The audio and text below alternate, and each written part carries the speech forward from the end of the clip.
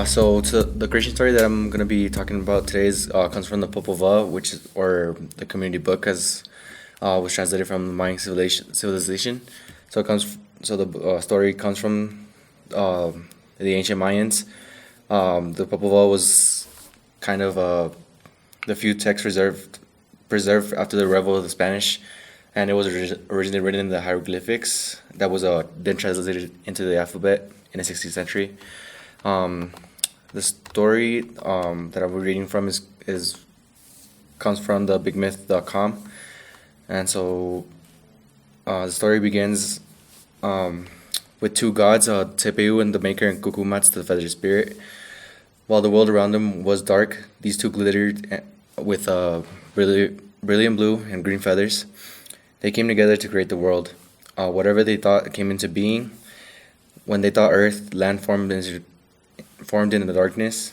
When they thought mountains and valleys, pines, trees, and water and sky, all these things appeared the instant they thought them, and thus the earth was formed. Tepu and Gukumats decided they needed beings there to look after their vast creation and to praise their names as the creators. So they created deer, birds, panthers, and serpents, all the creatures that roam the earth today. Now praise us, say our names, commanded the creators.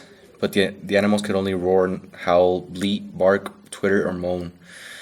They tried as hard as they could to speak, but they could not. They chirped and mewed at the top of their lungs until the noise was so deafening, Tepe and Gukumats ordered them to stop. Disappointed, the makers agreed that they would have to create better beings, ones who would be able to worship them properly. The first race of men was made from wet clay. The creators gave them life, and the first men tried to speak, but they crumbled apart as soon as they were made. The Maker and the Feathered Spirit were determined to create a hardier race of men. The second race of men were carved from wood. These were much stronger and were able to walk, talk, and multiply. But these men had no minds, and their hearts were empty. They had no memories of the creation, and when they spoke, their words were just as empty and meaningless. They could not praise their gods. Tepe and Gukumat sent a great flood to destroy them. They commanded the animals to attack the survivors and tear them to pieces. The few who managed to escape fled into the woods and became monkeys. The creators left them there as an example to the next race of men. The Maker and the Feathered Spirit thought that for a long time about how they should make the race of men the way they wanted. There seemed to be no perfect material to build them. Finally, some of the animals brought the gods a stack of white corn, which grew on the far side of the earth. Tepu and Gukumats ground this into a paste, and from this formed four individual men. These beings seemed perfect. They were sturdy enough to last, and their minds were rich with thoughts and feelings. Their first act after their own creation was to immediately worship Tepu and Gukumats and thank them for their lives. Tepu and Gukumats were pleased. "What do you see?" they asked the corn men. "We can see forever, through rocks and trees and mountains and to the edges of earth. We can see your entire creation, with all of its animals and plants. We can see and understand anything." Tepu and Gukumats looked at each other. "Perhaps we made these beings too well. They should not see as well as we do." The makers removed some of the men's vision. After that, they could not see things close to them, and they were no longer able to see through or above the things that they should not. Thus, the great understanding of the world was weakened. But the men still sang the Creator's praises and settled down to live on the new island. Tepe and Gukumats made 4 women to be their mates. And thus, these eight men and women were the ancestors of the Quiche men and women today. Even today, their sight and understanding of the world is not perfect.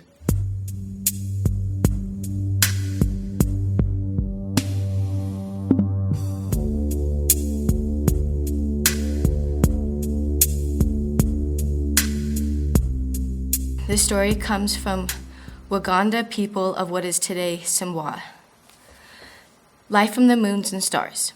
Before there was any life on earth, God made a man and named him Moon. He sent Moon to live on the bottom of the sea, but Moon wanted to live on land. Despite God's warning of how hard life would be, Moon went to live on land. Eventually, lifelessness of the land made Moon so unhappy that he wept. God took pity took pity on Moon and sent him a wife named Morning Star to keep him company for 2 years. When Morning Star came from heaven to live with Moon, she brought fire with her, for it had not existed on earth before. She built a fire in the middle of the Moon's hut and slept on the side opposite of him. In that night, however, he crossed over and made love to her. By the next morning, she was swollen and gave birth to grass and trees and other plants, and soon the world was green with life. The trees grew until they touched the sky, and then the first rain fell from the clouds that they touched. Thus life on land flourished, and the Moon and Morning Star led a beautiful life in their new paradise. At the end of 2 years, Morning Star returned to the heavens to live there forever. Again, Moon wept in his loneliness. God offered him another wife, but he warned Moon that this time the husband would die after 2 years. Thus, Evening Star came to live with Moon. When they first made love, she gave birth to goats and sheep and cows on the next day. On the day after that, she gave birth to antelopes and birds. On the third day, boys and girls were born. Moon wanted to sleep with Evening Star, but God warned him that he should not. He did so. However, on the next day, Evening Star gave birth to lions, leopards, the snakes, the scorpions, and the plague humankind because Moon ignored the warning. As Moon's daughters grew up, they became beautiful, and he wanted to sleep with them too. So he did, and they had many children. Thus, Moon came to rule over a far-flung kingdom of his disciples. Evening Star was jealous. However, he sent a snake to bite her unfaithful husband. He soon fell ill, and the rainfall that his people had enjoyed stopped. As the rivers dried up and reframed began, his people concluded that it was his fault. Eventually, they rose up and strangled him, and they set another man in his place as king.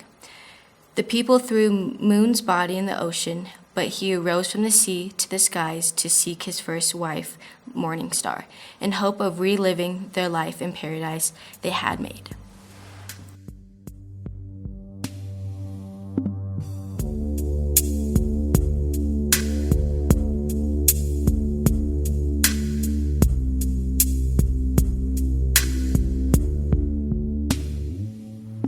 At the dawn of the universe, there was nothing but blackness. Then the Big Bang scattered 6 different elemental crystals throughout the universe.